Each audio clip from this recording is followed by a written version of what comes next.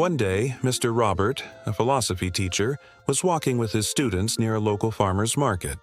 With him were his students, Ryan, Jake, Daniel, and a few others. As they walked past the market, they saw a man struggling to pull a cow with a thick rope. He was trying hard to take the cow home, but the cow refused to move. It just stood still, stubborn and unmoved, no matter how much the man pulled. This little tug-of-war had been going on for a while. Mr. Robert stopped and said to the man, "Hold on a moment, please." Then he turned to his students and said, "Everyone, come here for a second. I want to teach you something important." He pointed at the man and the cow and asked, "Tell me, who is really tied to whom? Is the cow tied to the man, or is the man tied to the cow? Who do you think is the master, and who is the servant?" Jake quickly replied, "Sir, that's easy. The man is the master. He's the one holding the rope. The cow is tied. So wherever the man goes, the cow has to follow. That means the man's in control, and the cow is the servant." Mr. Robert smiled gently and said, "That's a good answer, Jake. But let's find out if it's true."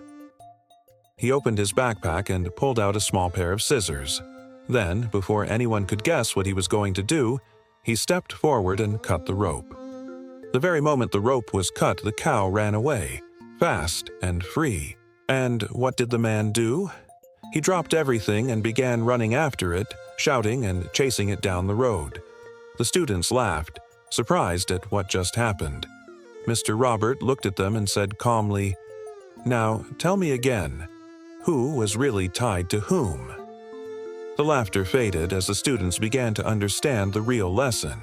Mr. Robert continued, "You see, the cow had no interest in the man at all. It wanted to escape from the very beginning. But the man, he was the one truly tied. He couldn't let it go. The cow wasn't attached to him.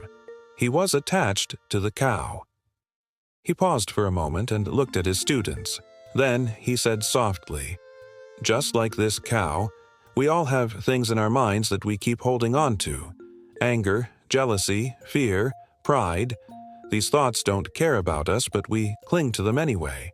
We think we're in control, but in reality, they control us." He continued, "We carry these thoughts for years, letting them fill our minds with negativity. We don't want to let them go. Sometimes we even enjoy holding on to them, but the moment we stop feeding them, they disappear, just like the cow that ran away when the rope was cut." He looked around at his students and said, "In life, we believe we own many things: people, possessions, and even our emotions. But the truth is, we don't own them. Because of our needs, we become their servants. The more we depend on something or someone, the more power we give them over us." He paused again and smiled. "So remember this. Freedom and peace aren't gifts you wait for. They're choices you make. You can make that choice right now, to let go of all the mental clutter, all the unnecessary worries, and start living a fresh, beautiful life." Mr. Robert looked at his students one last time and said, "A quiet and empty mind is the happiest place to be. The moment you stop chasing what's running away from you, you'll finally find peace." He smiled and added, "If you feel this story can inspire someone, share it. And don't forget to subscribe, because I'll be back soon with another short, powerful story.